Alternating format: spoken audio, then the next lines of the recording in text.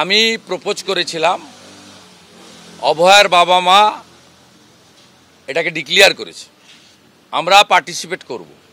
আমি তো পার্টিসিপেট করব এবং আমি অর্গানাইজ করব যাতে হাজার হাজার লোক আসে, এবং আমি ধর্মতলা থেকে হাঁটা শুরু করব ওনার বাবা মাকে সাথে নিয়ে। ওনাদের কত জল কামান টিয়ার গ্যাস আছে সেদিন দেখবো। আমি রাখি বন্ধন 7টার মধ্যে হয়ে যাবে, আর নবান্ন অভিযান বেলা 12টার পরে হবে।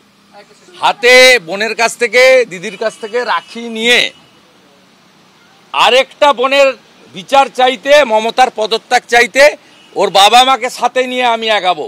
পারলে আটকান। আমি বলে গেলাম সিপি মনোজ বার্মাকে, রানী রাসমণি রোডে জমায়েত হব।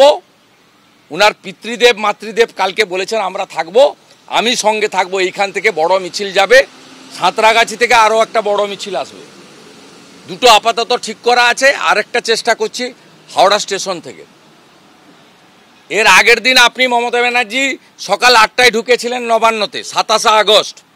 এবারে আগের দিন রাত্রি থেকে থাকবেন, ঢুকলে আপনি বেরোতে পারবেন না, আমি আপনাকে বলে গেলাম।